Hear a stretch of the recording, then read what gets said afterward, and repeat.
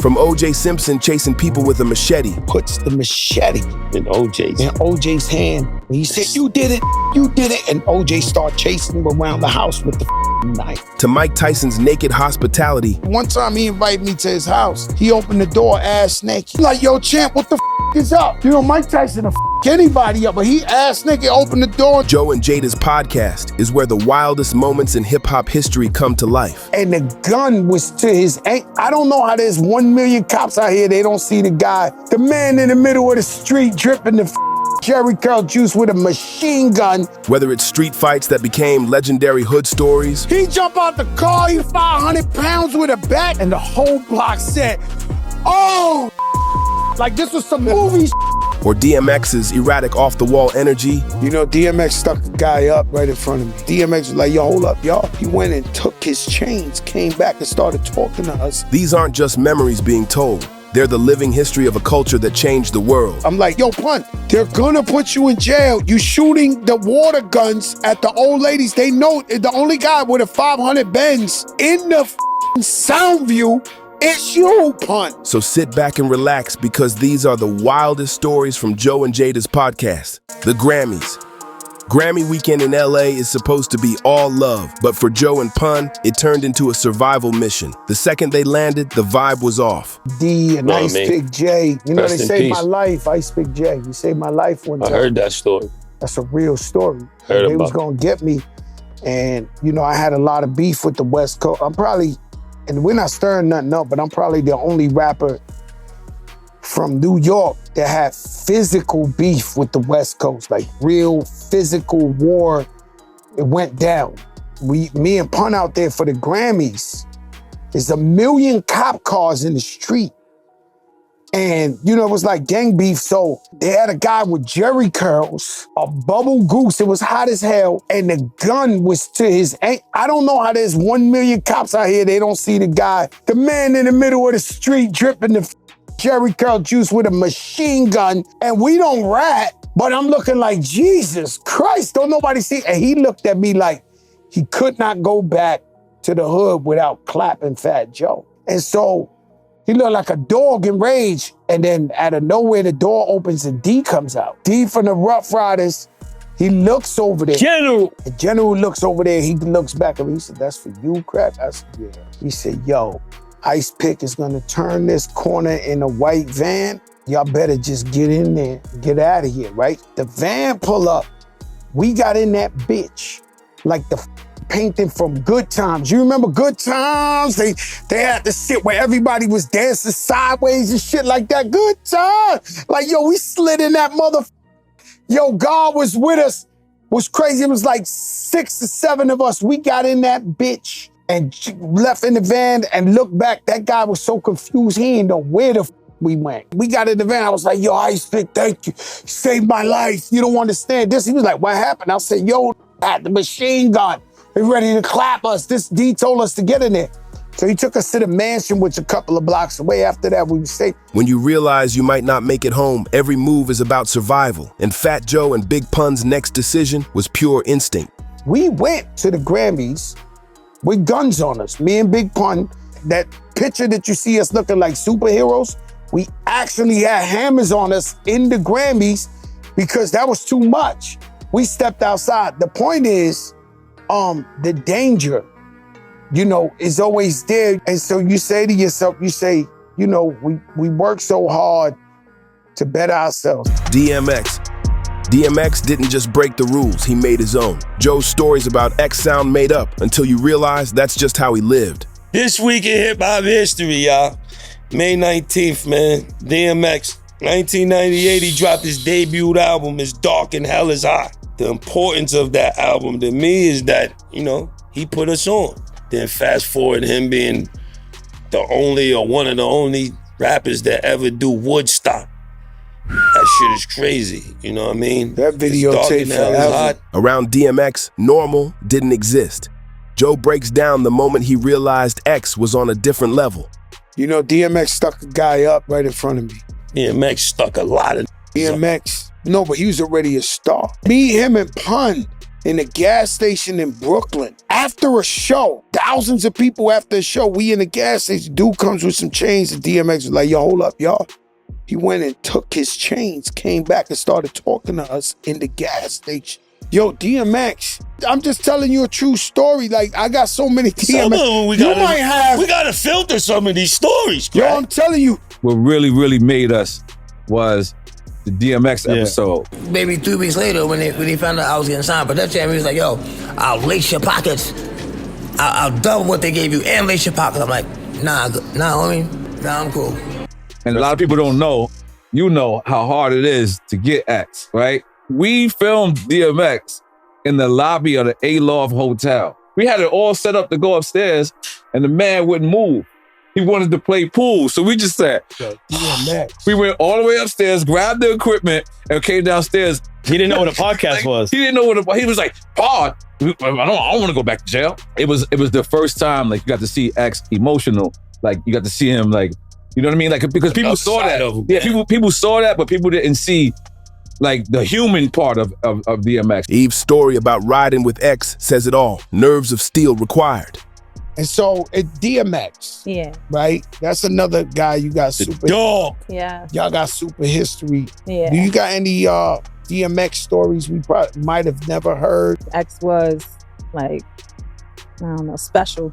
I don't even know what stories to tell. I mean, hanging out of windows, hanging out of cars, driving out of windows. Like, what the hell? Like, what the speeding crazy. All the time. But for some reason, you trusted him. I don't even know. I've been in cars. I was in cars with him and do that. And for some reason, he made you believe that you was gonna be okay. And you just was like, cool. We do a tribute to him, like a small little tribute on the show. Yeah. And people really, they love it. So, yeah. He was special, man. Iron Mike. Joe thought he was just checking in with Iron Mike. Instead, Tyson opened the door with nothing on. Iron Mike is that dude, man. So you got bad stories with Iron Mike. I don't got no. Nobody got more legendary than me, but I'll say. Let's go for it. No. On the champ's birthday. I said it before. I said it. It ain't cap. I said it on his podcast, but I'm not even gonna go there. I'm gonna tell you, one time he invited me to his house. He opened the door ass naked. I'm like, yo, champ, man. Oh, I'm saying. I'm like, yo, champ. I'm like, yo, champ, what the f is up? You know, Mike Tyson will f anybody up, but he ass nigga opened the door and the man. I'm like, yo, my man, what's up? This shit a violation, champ. Like, you gotta stop, bro. Don't play that shit. And so that come to my house. But I got the whole entourage with me. Raul's there, all of us is there. He opened the door like that's some normal shit. Yo, my man, come on now. Like, sometimes respect matters more than fear. Joe had to check the most dangerous man alive, not to be tough, but to protect his people. Then we go inside, and the type of things he was telling Remy, I felt pussy if I didn't like address it. Like I had to be like, yo, Mike, Shit. Some horny demon. He was losing his mind. Just bugging out. That's some terrorist shit. Remy was looking at me. Remy's eyes looked at me. Her eyes opened so big. She was like, you better not leave me in this place. I think her brother was with us too. Everybody was looking like, yo, like we gonna have to like pound Mike Tyson out. We have no pause, no choice. We gonna have to like, it's nothing we can do. Like he was like, yo, we was like, she gotta go with us, Mike. Bananas. Nah, that shit was crazy, man. Jadakiss and the Locks had their own Tyson moment too. One wrong move and it could have been a headline. One day Mike was talking crazy to Eve. Like what crazy? Out of this world, great. Like picture I'll eat your kids and I'll fuck you in your ass. Not like that. Not like that, but yeah, no, he was saying what that happened? We was backstage. It was us three, Eve. Tyson was hardcore, G'd up Tyson. But none of the OGs is around us. Us three. All right, just y'all three. And a couple of our homies. Like maybe one a man. Like he had a stick man. He had a stick man. I had a stick man. Tyson is talking crazy though. To everybody. He's talking crazy to all kind of chicks though. Not just Eve. It's not crazy disrespectful, but it's like the type if it's somebody you could beat, you'd be like, yo, watch your mouth. But it's Mike Tyson, so you can't beat him, so you can't say, watch your mouth. Like, now he's looking at Eve. I think Eve looked like a red bone steak to him. But Eve's with us, so she's looking at us like the big bros. Right. We ain't got the bigger bros around. Right. Now it's us, like that's the big homie. That's Tyson. We grew up on Mike. Yeah. That's Iron Mike. But he's talking crazy. Now it come to a decision. Right. He's gonna keep talking to Eve. We might gotta poke Mike. It came to that. We gotta poke Mike. We can't beat Uncle. We can't beat Mike. We gotta poke Mike. But who's gonna poke him? And how they gonna poke him? Whoever run up on him is sleep. Whoever run up on Mike is going to sleep ASAP. No doubt. He's the biggest one out of all of us. He's the biggest one. He's the strongest one. They might give me my position. I think it was 60-40. We gave him the position, 40 he volunteered. O.J. Simpson. Want to talk about a wild story? Here's the scene. A birthday party, a cake, and a prank that went left when O.J. grabbed a machete. The room went from laughter to dead silence in seconds. So one day it's his wife's birthday. And he says, yo, we throwing, his wife is named Nicole. Joe Bentley, his wife is named Nicole. So he says, yo, we throwing her birthday party in my other house up in like where Trump lives, Palm Beach or some shit. We pull up. I go with the terror squad. It's me, Remy, Pistol Pete. This is why I got witnesses with this one. We go in there. O.J. Simpson is in the house. So Remy and Pistol start smoking blunts with him. They having the best time with O.J. Simpson. O.J. was smoking? Smoking blunts with Remy and Pistol, right? Remy said she even got a picture of that, right? So I go like, you can murder two people smoking blunts is easy. You right. You absolutely. The moral to the story is when it came down to cut the cake, happy birthday, Nicole, Joe Bentley puts the machete in OJ's hand. And he said, you did it. And OJ started chasing him around the house with the knife. What started as a joke turned into a moment that nobody wanted to be part of. OJ starts chasing him around the house with the knife. He said, you did it, man. You did it. Who would be the O.J. Simpson of 2025 if somebody killed their wife or something like that? Who would be the O.J. Simpson? Who would stop TV? What are you talking about? Who would stop TV? What is if they was in the white Bronco chasing them? They might have allegedly killed their wife. In 2025, who's the celebrity? Any celebrity? No. Yeah. No. That's murder and fame? So you think any celebrity would have the TV going crazy? Yeah. Germany. Overseas shows are a different world. Joe got handed a fake $50,000 contract, and suddenly the crowd didn't feel like fans anymore. I'm like, he's like, yo, I said, you got a show? He said, yeah, but I can't invite you. And I'm like, what? Why you? I was like, this is weird. What the fuck you mean you can't invite me? And he's like, they said they're gonna run down on me. They're gonna. I forget the slang what it was at the time. So I said, what? Oh, I'm definitely going here. You want to say yes? I can't say. You know what we call those? Real suckers. Right. If a nigga got smoked and he got beef somewhere and he don't tell you and you show up as a friend and then the drama come and you stuck in the middle, he lined you up. I had to tell my brother I got real problems. Right.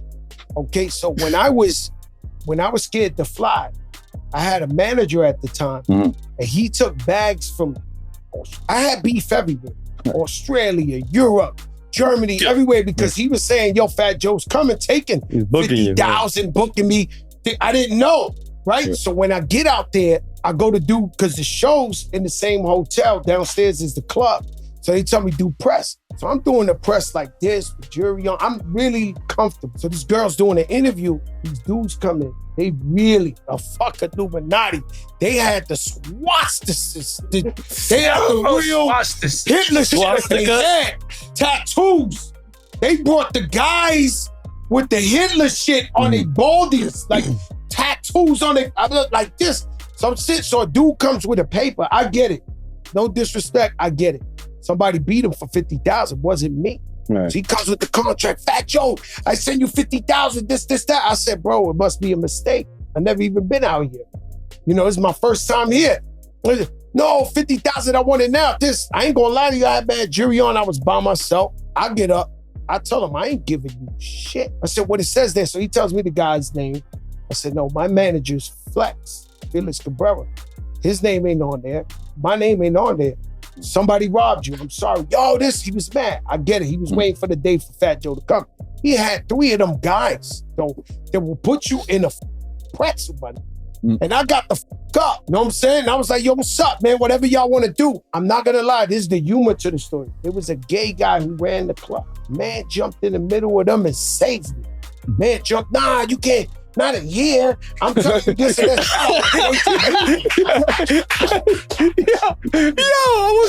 That dude snapped his fingers 2 times. That shuffle? Cancel culture? No. It's a story. No, but it's a true story. I'm picking him up. The man saved my life. When he distracted them, I spun out. I went upstairs. I got a fork. I'm sharpening the fork like I got the fork like all I can guarantee. Take it to American meat. I am not invincible. All I can guarantee, America, you will see me go out. I'm not guaranteing you there won't be a video like that one day, but you will see Joe going out. No doubt. You'll be like, yo, crack went out with 30 of them. He's about that. He said he was about that life. He's about that life. So let me ask you. Hold on. Yeah. So Nori calls me, what a blessing in disguise. So I go, yo, Nori, I can't line you up. They're about to pound me out tonight, right? Because they was coming. So my promoter's here. He's German. He says, oh my God, skinheads, Joe. Yeah. They are coming. These guys don't play. They burn people in cars and shit like that. He was, yo. So I'm up there with a fork. I got my height like this. What the fuck? No, I swear to God. What you gonna do with a fork? Go all out, B. So I'm going like this. And Nori calls me. I tell him not to come. Nori come with 100 guys. These guys got tattoos all over. Oh, we got tattoos too. Tattoos in their tongues. I was so happy. You never seen the time where I sat back. I said, take all the food. Yes, he did. He offered I food. swear to God. He had sushi. Look, you can drink all the liquor. The food, don't eat it. Oh, guys, so nice to see you guys. Yeah. Have a sushi, please. No, but let me ask you. Enjoy the. He came with some. When Nori pulled up, the energy changed. That's the difference between being booked and being backed. Yo, I'm not gonna lie. All right, hold on. These guys are dangerous guys. For years, I've been going to Germany, and I had the same people keep coming to my shows. So I started to realize everybody's not a groupie. Some of these dudes are allies, you know what I'm saying? So I learned that from Rough Riders. Rough Riders got a chapter everywhere. Like if I ever was somewhere trapped, I would call D, and D would send the biker gang. Like they look weird and all that, but they coming. You know what I mean? It's like, so I learned that. So I built a relationship with Dusseldorf and all that. Yeah. I used to go there. I couldn't get money in America, so I used to go there. And what I started to realize is, yo, build these little armies. Like that's what we're doing with Run Champs right now. Everywhere we want to have a Run Champ segment. So Cat calls me and I call him, excuse me, and he's telling me not to come. He's being honorable, like, you know, like chill, bro. Like I'm like, yo, I'm doing the exact opposite. So I'm looking around. I got 25 people here already. I'm like, can you call more people? They're like, I got 10 on deck right now. So we literally show up like 35. But by the way, we're 10 deep. We're 10 deep already. This is a Capone Noriega show. Because we walked through and I asked one of the dudes, you know who he's talking about? He's like, I knew who he was talking about. And I guess the people was in the crowd. They was in the crowd and we had 100. And he went like this. The dude, he was like this. He was like, he couldn't do nothing. He couldn't do nothing. He knew them dudes. And that was crazy shit. Big pun. Some talent is so obvious, it just grabs you by the collar. One bodega freestyle and Joe knew Pun was different. Did you know Pun when he was small? No. You didn't? Oh, I met Pun big. Yeah. So I'm coming out the bodega. I'm finishing my second album. Like I'm handing in my second album and coming out the bodega and they freestyling. And he's like, yo, let me go to it. Now I know I was set up. At that time, I thought it was like God, a miracle or some shit. Now I know Big Pun set me up. Like he came to my block to rhyme and he was like, his whole intention was like, yo, let's see if Fat Joe listens to us. So I come in front of the store, they got a couple of dudes freestyling. They go, yo, let me go. He's already semi-big, right? So then he do that. Oh, it's just the early beige. Snatch the moon out the sky and blow the sun away. Me and my playing hardcore lyrics till I finished. I was like, no, stop. I I did the Jada. Whoa! Yeah. Stop! No! I had the Lexus 400, the big boy. I opened that door like concierge. The man came up in there and sat down. The whole shit went down. And his crew, they looked so sad because it was a group. They looked so sad, like, because he was the only one I put in the car. But I pointed at them and I said, yo, Pun, don't worry, we're going to put them on. You got to worry about you right now. I'm going to bust you out, you're going to blow up, and then you put your mans on. You know what I'm saying? He was like, all right, word. And then we just cruised. He told me his whole life story. From there, Pun's life moved like a movie. Benzes, furs, and limos on hold. But with fame comes confidence and sometimes crazy ideas. When we shot the John Blaze video, this is how long ago it was, and this how crazy. This when stash boxes first got invented. He wanted to test his shit out. It was more before that, but go ahead. It was in the 80s we had stash. They wasn't doing what the shits was doing as the technology evolved. All right, yeah. So Pun want to show you the stash, huh? He wanted to test his own shit out. He drove, somebody was driving, he was in the passenger, let off a I don't know what it was, and wanted to get pulled over. And got pulled over and it's nuts, dog. Oh, he is nuts. That was the craziest shit. And what, he put it in the stash? He had enough in front of the cops, let it off, pull a block of pull over. I don't know what you're talking about, officer. And they ain't have the shit that make it pop out yet. So I said, this Pun is crazy. You know how somebody could be a genius in something and then in just common sense, he just don't know what he's like. I would go to his house and he would have about 30, 40 guns in his house. If you sat in the pillow, it was a gun. You put your hand on the chicken, it was a gun. You hit it. It was just, they're gonna make a jail just for you, buddy. Nah, they don't lock rappers up like that. They got swimming pools for rappers and all that. Tennis courts. I'm like, yo, he's thinking about the futuristic feds. What? And I would tell him like, yo, Pun, you're crazy, bro. The police pulled me over. So I'm like, yo, officer, why you putting, yo, Joe, man, you know, you gotta stop throwing eggs at the old ladies in front of the supermarket.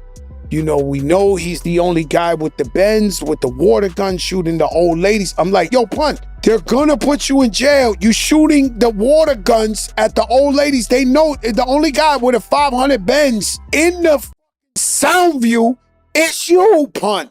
Yonkers street fight.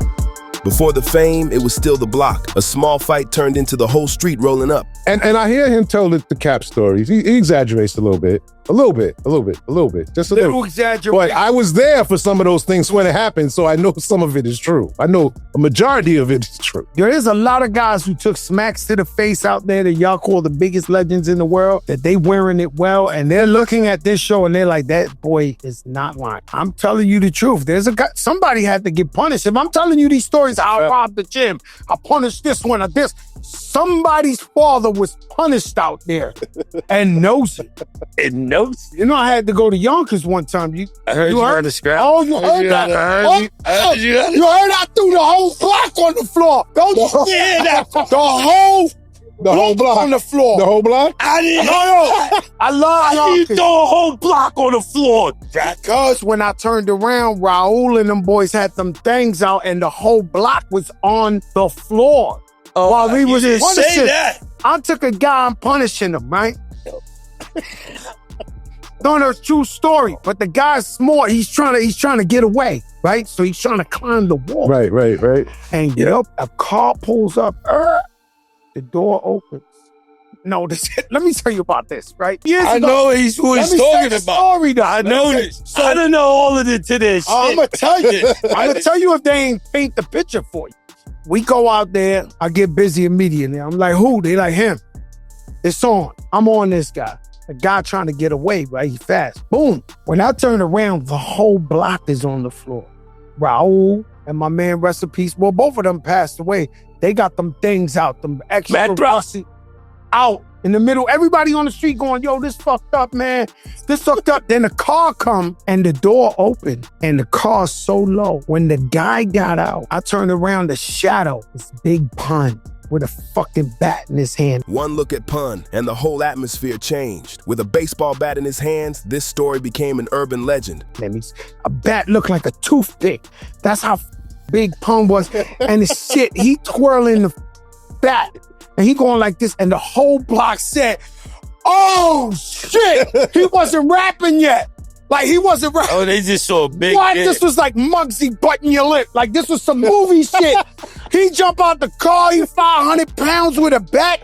When they was already on the floor. When they seen Pun, the whole block said, "Oh shit!"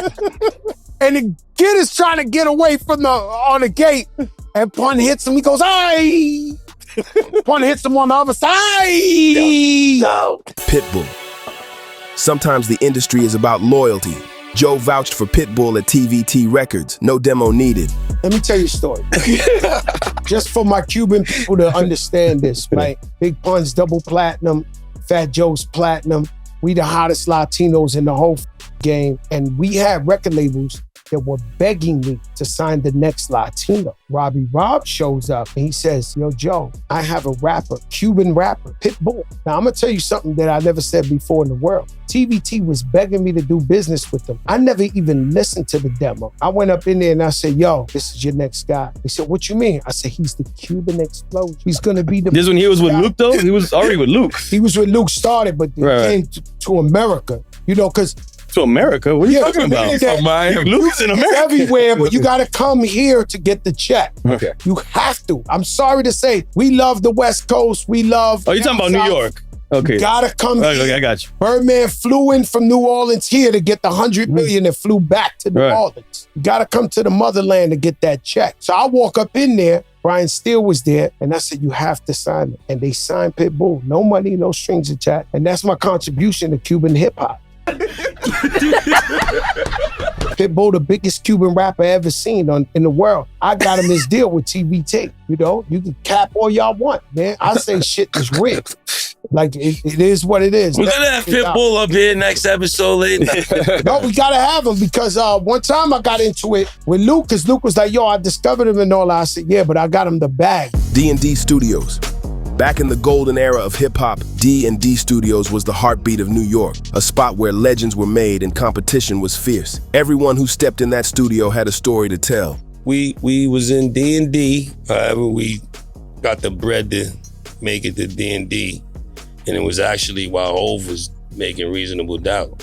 He was there. Yeah, he was in another room making Reasonable Doubt, and we actually seen, it was a pool, remember that? You could play pool in there. Yeah, that's where Big L threatened me and the enemy, where I had to write the rhyme in his face. We bumped into Jazzo in there and ended up getting a beat from Jazzo that went on our demo that ended up actually being a song on Puff No Way Out that sold 10 million. So we recorded a demo in D&D. Mary got a cousin that was a part of our everyday entourage. We knew once we got some songs good enough, we could get it to him and he could get it to Mary. So that's what we did, and she happened to be on tour with Jodeci and she popped it in, I think, on the tour bus, and that was our end. Shout out to D&D. One time I beat a guy's brakes with the phone, with a red phone in D&D. Just was pounding them out with the phone, the old school phone. I don't even know. I'm telling you, that Ron I'm G walking in. That Pac and Big on. Listen, right? I was there. So Polo Grounds? Where you did? No, it wasn't Polo Grounds. It was he had almost by up NYC. He had a crib on Riverside Drive. Oh, all right. So it was like right around from up NYC. So I'm walking in there. Biggie Smalls is walking out. I do a freestyle, and when I'm walking out, Tupac is coming in. Yeah. So that was the type of shit we were happening in Stretch and Barbito, when you hear the infamous, we wouldn't call it a battle, but the infamous freestyle with Big L and Jay-Z. Barbito had an open door. Like, they had everybody coming in. The craziest guys you could think of. The door was always open. And so that's when they had that legendary, I wouldn't say battle, but it was Big L and Jay-Z in there. You might go there one night and the whole Wu-Tang Clan is in there 13 deep, freestyling for 20 hours. And and then you might get the last 10 minutes to play your new demo. It was a legendary time in the city. The studio became an epicenter of energy, and the culture was alive and thriving. Mixtape lawsuits. Joe treated his mixtape like an album and wasn't worried about getting clearances for beats. You can't borrow people's beats. How 50 was taking shit and making it his own songs and destroying shit. They blocked that.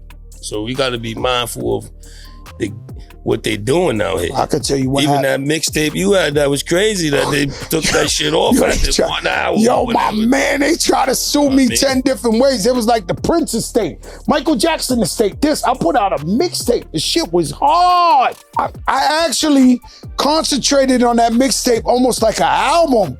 I took that shit serious. I dropped that shit in 1 hour. They was like, yo, it came like, and why is that? Why Fat Joe can't make a mixtape? No. Nobody can. They blocking that shit. No, that shit came cease and desist. Prince, the Bee Gees, the Diss, the Total, every beat. Yes, I used the biggest beats, but it was a mixtape. I'm telling everybody, it's a mixtape. I'm trying to get it going. By the time he drove from the Lower East Side to the Bronx, he had 9 lawsuits. They shut it down so fast he never heard the tape again. Yo, I must have had so much high blood pressure. No. I drove. It put your pressure up. When I drove from the Lower East Side to the Bronx, I had like 9 pending lawsuits. Like, this shit was coming like it was the same lawyer. They was like, hey, Joe, just to let you know, the BG said, you know better, they're gonna sue. The next thing, Prince Estate is saying they want damages, they're gonna sue. The shit just kept coming off a mixtape. It just, and look, he telling you, all these mixtapes everybody did. Fat Joe did 1. And man, when I tell you, the rules were different. They shut that shit down. I never heard the mixtape again. How about that? I never heard the mixtape again. Yo, I'm telling you. I never heard the mixtape again. They shut that shit down. They erased it from your hard drive. Yo, they moved that shit. I was so scared after that shit. I said, yo. You see? 9 lawsuits. Or you can just go in the stew, borrow anybody's beat, put it out, create a buzz, you good. Now, that shit will last for 13 minutes. Now I'm fucking over there. I'm in San Tropez. They playing all type of EDM shit. And then when you go on to Spotify, they call it a mixtape. You see? They took the Yala. They took the Yala. No, they took the Yala. Right now, the language on Spotify or Apple or whatever is like, yo, the mixtape. And so they took our shit and made it their shit, and you can't even do the shit that was our shit. That's some shit. Tupac and Biggie. Big Daddy Kane brought Tupac on stage, Pac brought Biggie, and the building flipped. The garden is losing their fucking mind. I'm just in the crowd watching Big Daddy Kane perform. He stops. Yo, Crack, come on. All I got out is Flojo. Flojo #1 at the time, by the way, too. This party and bullshit, Biggie, right? Mm-hmm. We go on stage. Is this from the 7 Mac 11? 7 Mac 11s. I'm standing on stage next to them. That's crazy. Okay? I'm on stage in Madison Square Garden with them. I remember Tupac pulling me up on the stage. Biggie, I got 7 Mac 11s, about 8. Tupac even said, yo, Fat Joe, passing the mic. Big Daddy Kane was like, not enough time, guys. Not enough time. He shut Joe Crack down. I knew for a fact I wasn't as good as Tupac or Biggie. So I'm cool. They gave me a thing, but Big Daddy Kane shut it down. Right? Years later, I tell that story, right? And they that might have started Cap Heaven for Fat Joe. Oh, full of shit. But Big Daddy Kane went up to Drink Champs, and Nori asked him. He said, yeah, it's true. Joe was there. You know, I was running out of time. I was headlining, so I had to get to the hits. I said, Big Daddy Kane ain't no Fat Joe was going to be that lean back Fat Joe. Joe would crack. So Biggie was a fan of Big Daddy Kane. I have footage of Kane performing deep in Brooklyn, in Fulton Street in the hood.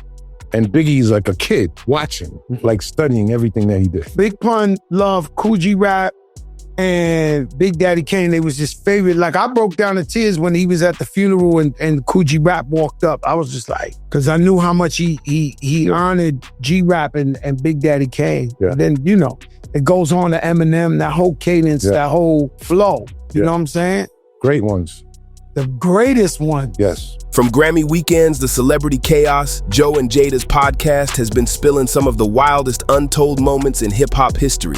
Whether it was block fights or Grammy drama, these stories are proof that the culture's best moments are the ones you never see coming. So which one was your favorite, and which ones do you think are cap? Let us know in the comments. Help us out by liking, sharing, and commenting. Make sure to check out these other videos for more content like this. We appreciate all the support. Thanks for hanging out, and as always, we'll see you in the next one.